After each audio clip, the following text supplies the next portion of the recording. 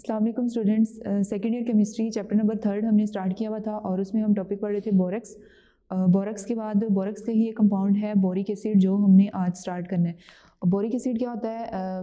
Boron forms several oxy acids and that is known as boric acid. मतलब कि जो boron है वो बहुत सारे ऑक्सी एसिड्स बनाता है और उन ऑक्सी एसिड्स को हम बोलते हैं बोरिक एसिड। नेक्स्ट है types of boric acid. There are 4 types of boric acid. मतलब हमारे सिलेबस में जो है बोरिक एसिड की वो 4 टाइप्स हैं और इसके अलावा बहुत सारी टाइप्स हैं बोरिक एसिड की, लेकिन वो हमारे सिलेबस में नहीं है। तो there are 4 types of boric acid और उनके नाम आपने कैसे याद रखने हैं, उसके लिए आपने एक वर्ड याद करना है OMTP। अगर आप ये वर्ड याद करेंगे तो इस तरह से आपको जो बोरिक एसिड्स हैं उनके नाम याद रहेंगे। O से ऑर्थोबोरिक एसिड, M से मेटाबोरिक एसिड, T से टेट्राबोरिक एसिड एंड P से पायरोबोरिक एसिड। ठीक है। ऑर्थोबोरिक एसिड का फॉर्मूला क्या है? H3BO3। मेटाबोरिक एसिड का फॉर्मूला है HBO2। टेट्राबोरिक एसिड का फॉर्मूला है H2B4O7 और पायरोबोरिक एसिड का फॉर्मूला है H6B4O9। ठीक है।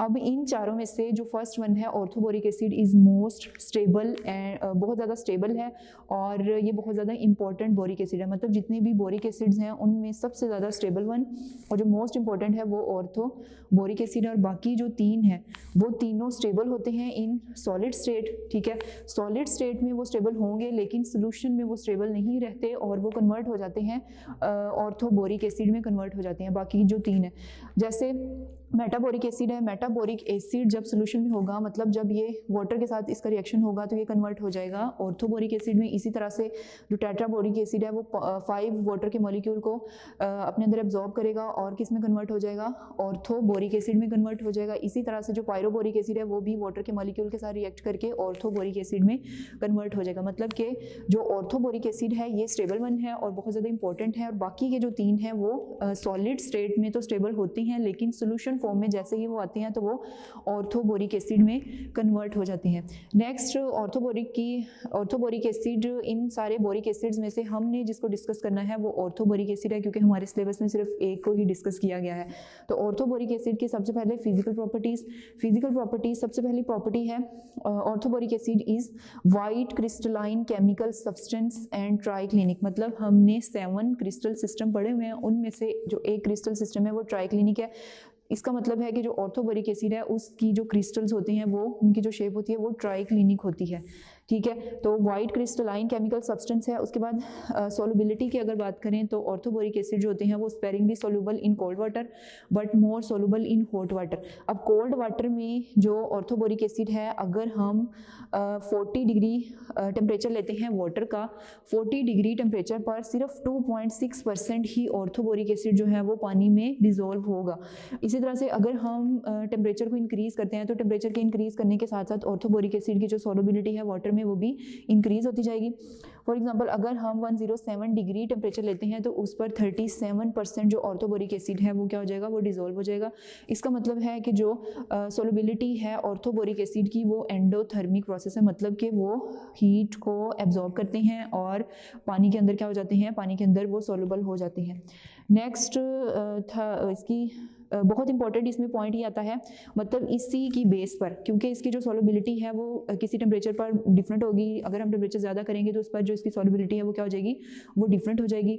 तो इसी बेसिस पर हम ऑर्थोबोरिक एसिड की सेपरेशन और प्यूरिफिकेशन कर सकते हैं किसी भी मिक्सचर में से। मतलब फर्ज करें कि आपके पास एक मिक्सचर है और उसमें ऑर्थोबोरिक एसिड है आपके पास और एक कोई दूसरा कंपाउंड है, तो आपने अगर इन दोनों को सेपरेट करना है तो फिर आप क्या करते हैं? आप टेम्परेचर को इंक्रीज करने से या डिक्रीज करने से आप क्या करते हैं कि ऑर्थोबोरिक एसिड की सोलुबिलिटी को आप डिस्टर्ब करते हैं और जब वो डिस्टर्ब होती है, मतलब अगर आपने टेम्परेचर कम कर लिया है तो टेम्परेचर कम करने पर जो ऑर्थोबोरिक एसिड है वो पानी में डिजोल्व नहीं होगा। जब डिजोल्व नहीं होगा तो उसके प्रेसिपिटेट्स बन जाएंगे और इस तरह से आप उसको मिक्सचर में से सेपरेट कर सकते हैं।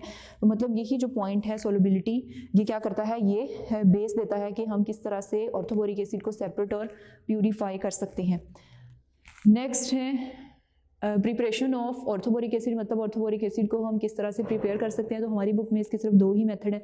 फर्स्ट इसका मेथड है फ्रॉम कोलेमिनाइट। कोलेमिनाइट क्या है? कोलेमिनाइट बोरोन का एक कंपाउंड है। Ca2B6O11.5H2O। अब कोलेमिनाइट आपने लेना है और उसको आपने बॉइलिंग वाटर में डालना है। अब कोलेमिनाइट जो है वो किसी सूरत भी पानी में हल नहीं होता, पानी में किसी सूरत में भी, चाहे आप बॉइलिंग वाटर ले लें चाहे आप कोल्ड वाटर ले लें, जो कोलेमिनाइट होता है वो पानी के अंदर सॉल्युबल नहीं होता। तो जब आप कोलेमिनाइट लेंगे बॉइलिंग वाटर के अंदर तो उसका एक सस्पेंशन बन जाएगा, क्योंकि ये दोनों आपस में सॉल्युबल नहीं है। तो जब सस्पेंशन बन जाएगा तो सस्पेंशन बनने के बाद आपने उसमें से SO2 गैस पास आउट करवानी है। जब जैसे ही आप SO2 गैस पास करवाएंगे उसमें से, तो इससे बनेगा कैल्शियम सल्फाइड CaSO3 और उसके साथ बनेगा बोरिक एसिड। ठीक है, तो इस तरह से आप बोरिक एसिड के क्रिस्टल्स बनाकर उसको सेपरेट कर लेते हैं और बाकी आपके पास जो सोल्यूशन बचेगा उसमें कैल्शियम सल्फाइड बाकी रह जाएगा। ये है फर्स्ट मेथड। अब सेकंड मेथड क्या है, फ्रॉम बोरेक्स। बोरेक्स से भी हम ऑर्थोबोरिक एसिड को प्रिपेयर कर सकते हैं। किस तरह से, आपने क्या करना है, बोरिक एसिड और सल्फ्यूरिक एसिड दोनों का इक्वल क्वांटिटी आपने लेनी है। मतलब अगर इसका आपने 1 मोल लिया तो इसका भी आप 1 मोल लेंगे, दोनों की इक्वल क्वांटिटी लेके दोनों को मिक्स करना है और फिर उसमें 5 वाटर के मॉलिक्यूल मतलब उसमें वाटर डालेंगे और वाटर डालने के बाद उससे क्या बनेगा, सोडियम सल्फेट बनेगा और उसके साथ ऑर्थोबोरिक एसिड बनेगा। तो ऑर्थोबोरिक एसिड की क्रिस्टलाइजेशन के बाद इसके क्रिस्टल्स बनेंगे, तो इसके क्रिस्टल्स को आप सेपरेट कर लेते हैं और बाकी सोल्यूशन में आपके पास क्या रह जाएगा, सोडियम सल्फेट। तो ये 2 मेथड हैं जिसके जरिए हम ऑर्थोबोरिक एसिड को प्रिपेयर कर सकते हैं। नेक्स्ट है प्रॉपर्टीज ऑफ बोरिक एसिड। अब ऑर्थोबोरिक एसिड की प्रॉपर्टीज को डिस्कस करना है। Orthoboric acid is a white lustrous crystalline solid. Lustrous का मतलब क्या होता है, शाइनी, मतलब शाइनी सरफेस होती है इनकी। वाइट क्रिस्टलाइन सॉलिड है और इसकी सरफेस क्या होती है, शाइनिंग होती है। हैविंग अ सॉफ्ट सोपी टच, सोपी टच मतलब सॉप की तरह इसका टच होता है।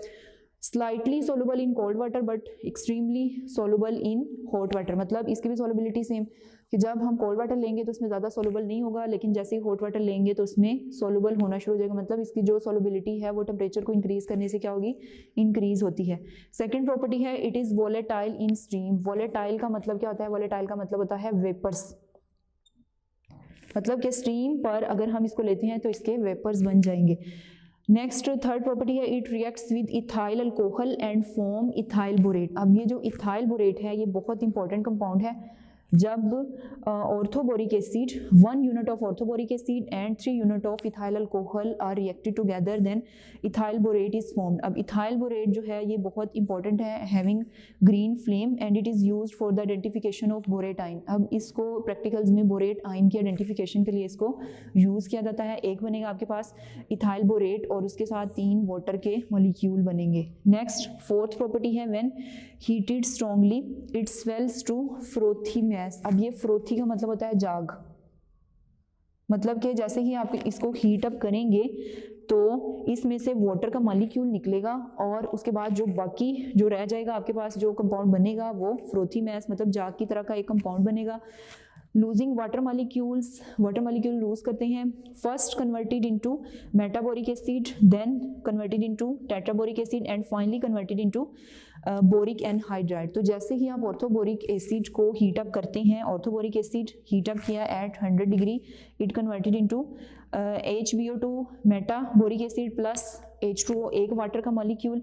नेक्स्ट अगर आप इसी मेटाबोरिक एसिड को फर्दर हीट करते हैं at 140 degree, it converted into H2B4O7 टेट्राबोरिक acid plus एक वाटर का मॉलिक्यूल निकलेगा अंदर से। नेक्स्ट टेट्राबोरिक एसिड को जब आप फर्दर हीट करते हैं, मतलब इतना ज़्यादा हीट करते हैं, रेड हॉट बहुत ज़्यादा हीट करते हैं, तो उससे क्या बनेगा, boric anhydride B2O3 plus water का एक मॉलिक्यूल बनेगा। तो जब आप ऑर्थोबोरिक एसिड को हीट अप करते हैं तो सबसे पहले मेटाबोरिक एसिड बनेगा, उसके साथ वाटर का एक मॉलिक्यूल निकलेगा। उसके बाद मेटाबोरिक एसिड को जब आप फर्दर हीट करते हैं एट 140 डिग्री तो उससे टेट्राबोरिक एसिड बनेगा और टेट्राबोरिक एसिड को जब आप फर्दर हीट करते हैं तो उससे बनेगा बोरिक एनहाइड्राइड। फिफ्थ प्रॉपर्टी है इसकी it is very weak acid and ionises to a very limited extent to a monobasic acid.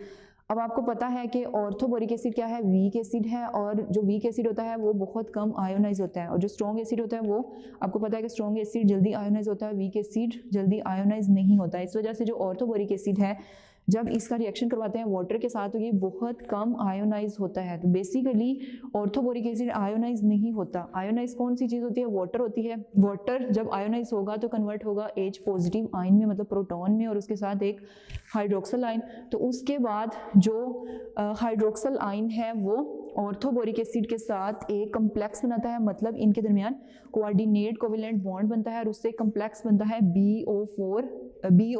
BOH4 minus complex बनता है। तो इसका ये मतलब है कि जो ऑर्थोबोरिक एसिड है उसकी आयोनाइजेशन नहीं होती, बल्कि किसकी होती है, वाटर मॉलिक्यूल की आयोनाइजेशन होती है। और जब वाटर मॉलिक्यूल की आयोनाइजेशन होती है तो उससे जो हाइड्रोक्सल आयन बनता है वो ऑर्थोबोरिक एसिड के साथ मिलकर एक कम्प्लेक्स बना देता है, ठीक है। Next property 6, its solution has no effect on methyl orange. अब आपको पता है कि ऑर्थोबोरिक एसिड क्या है, एक वीक एसिड है, और जो मिथाइल ऑरेंज है इसके ऊपर इसका कोई फर्क नहीं पड़ता, क्योंकि मिथाइल ऑरेंज पर किसका इफेक्ट होगा, जो स्ट्रॉन्ग एसिड होगा उसका इफेक्ट होगा, और ऑर्थोबोरिक एसिड क्या है, वीक, इसलिए मिथाइल ऑरेंज के ऊपर इसका कोई इफेक्ट नहीं होगा। लेकिन स्टिल ये क्या है, एसिड है, जिसकी वजह से जब हम इसमें लिटमस पेपर डालते हैं, red litmus paper, blue litmus paper डालते हैं तो उसका कलर क्या हो जाता है, रेड, क्योंकि जो एसिड होता है उसमें जो ब्लू लिटमस पेपर है वो किस में कन्वर्ट हो जाता है, रेड लिटमस पेपर में। नेक्स्ट प्रॉपर्टी है 7, it is partially neutralized by caustic soda. Caustic soda क्या होता है, कास्टिक सोडा हम बोलते हैं सोडियम हाइड्रोक्साइड, और आपको पता है कि सोडियम हाइड्रोक्साइड क्या है, एक बहुत ही स्ट्रॉन्ग बेस है। अब ऑर्थोबोरिक एसिड क्या है, वीक एसिड है, और सोडियम हाइड्रोक्साइड क्या है, स्ट्रॉन्ग बेस, इसलिए इनकी जो न्यूट्रलाइजेशन होगी वो कंप्लीट नहीं होगी बल्कि पार्शली न्यूट्रलाइजेशन होगी। और जब इनकी पार्शली न्यूट्रलाइजेशन होती है तो दोनों के रिएक्शन से बनता है borax Na2B4O7 plus water molecule बनते हैं, 7 पानी के मॉलिक्यूल बनते हैं। नेक्स्ट 8 प्रॉपर्टी है boric acid is neutralized by, completely neutralized by soda ash, ठीक है। अब सोडा ऐश क्या है, सोडा ऐश वीक बेस है, ठीक है। और ऑर्थोबोरिक एसिड आपको पता है कि वीक एसिड है। अब दोनों ही वीक हैं, वीक एसिड और वीक बेस, तो इन दोनों की जब न्यूट्रलाइजेशन होगी तो कंप्लीट न्यूट्रलाइजेशन होगी और उसके नतीजे में क्या बनेगा, बोरेक्स बनेगा Na2B4O7, उसके साथ वाटर के मॉलिक्यूल बनेंगे और कार्बन डाइऑक्साइड गैस इवॉल्व होगी। Next property 9, boric acid is weak acid, cannot be titrated in usual manner with strong alkali like sodium hydroxide and potassium hydroxide, but can be titrated in the presence of glycerol using phenolphthalein as an indicator। अब जो boric acid है आपको पता है कि weak acid है, इस वजह से ये strong bases like sodium hydroxide and potassium hydroxide उसके साथ इसकी टाइट्रेशन नहीं हो सकती। लेकिन अगर आप ग्लिसरॉल यूज़ करते हैं तो ग्लिसरॉल का क्या काम होता है कि ये बोरिक एसिड के साथ मिलकर जो ग्लिसरॉल होता है ये कम्प्लेक्स बनाता है, और जब ये कम्प्लेक्स बनाएगा तो बोरिक एसिड क्या करता है, जब ग्लिसरॉल के साथ कम्प्लेक्स बनाता है तो एक प्रोटॉन रिलीज करता है, और प्रोटॉन रिलीज करने के बाद जो कम्प्लेक्स बनता है दोनों का वो एक स्ट्रॉन्ग एसिड होता है। इस वजह से जो स्ट्रॉन्ग एसिड बनेगा दोनों के कम्प्लेक्स से वो strong base like sodium hydroxide and potassium hydroxide के साथ फिर उसकी टाइट्रेशन हो जाती है using phenolphthalein as an indicator. Next uses of boric acid, boric acid is used in medicine as antiseptic like dusting powder, boric ointment and boric solution used as eye wash। अब boric acid का सबसे बड़ा use कहाँ पर है कि इसको medicine में यूज़ किया जाता है as antiseptic. It means boric acid have antibacterial properties which have ability against antibacterial and fungal and bacterial infection, और जिसकी वजह से इसको डस्टिंग पाउडर और बोरिक ऑइंटमेंट क्या होती है, मरहम and boric solution used as eye wash. मतलब आई वॉश मतलब अगर आईज में इरिटेशन होती है या आईज में रेडनेस हो जाती है तो उसको ख़त्म करने के लिए या डस्ट पार्टिकल्स वगैरह को ख़त्म करने के लिए जो ड्रॉप्स मिलते हैं उसमें भी बोरिक एसिड होता है। नेक्स्ट सेकंड यूज है इसका, it is used in pottery as glaze. अब पोट्री क्या होता है, जो मिट्टी के बर्तन बनते हैं उनको पोट्री बोलते हैं। अब उसमें ग्लेज मतलब चमक पैदा करने के लिए बोरिक एसिड का यूज़ किया जाता है, ठीक है। अब ऐसे बर्तन जिसमें बोरिक एसिड यूज़ नहीं होगा और ऐसे बर्तन जिसमें यूज़ होगा उनमें दोनों में चमक का बहुत फ़र्क होगा। Borate glass are more fusible than silicate glass. अगर आप ग्लास बनाते हैं बोरेट के तो वो ज़्यादा उनमें चमक होगी और वो ज़्यादा फ्यूजेबल होंगे than silicate glass and possess higher coefficient of expansion, और इनका जो कोएफिशिएंट ऑफ एक्सपेंशन होगा वो भी बहुत ज़्यादा होगा। अब कोएफिशिएंट ऑफ एक्सपेंशन क्या होता है कि आप अगर इनको कम हीट दें तो एक्सपेंड नहीं होंगे, मतलब बहुत ज़्यादा टेम्परेचर देने पर ये एक्सपेंड होंगे, कम पर एक्सपेंड नहीं होंगे। तो ऐसा बर्तन जिसका कोएफिशिएंट ऑफ एक्सपेंशन हायर हो तो वो एक अच्छा बर्तन होता है। नेक्स्ट थर्ड यूज़ है used in candle industry, used as stiffening of wicks. मतलब कि जो कैंडल इंडस्ट्री में जो कैंडल्स बनती हैं उसकी जो मोम होती है उस मोम को जल्दी ना पिघलने दिया जाए, तो इसके लिए उसमें बोरिक एसिड ऐड कर दिया जाता है। अगर उसमें हम बोरिक एसिड को ऐड नहीं करते तो वो फ़ौरन जैसे ही आप उसको आग लगाते हैं वो फ़ौरन सारी पिघल जाती है। तो उसकी जो मोम होती है उसको स्टिफनिंग उसमें लाने के लिए इसमें क्या किया जाता है, बोरिक एसिड को ऐड किया जाता है।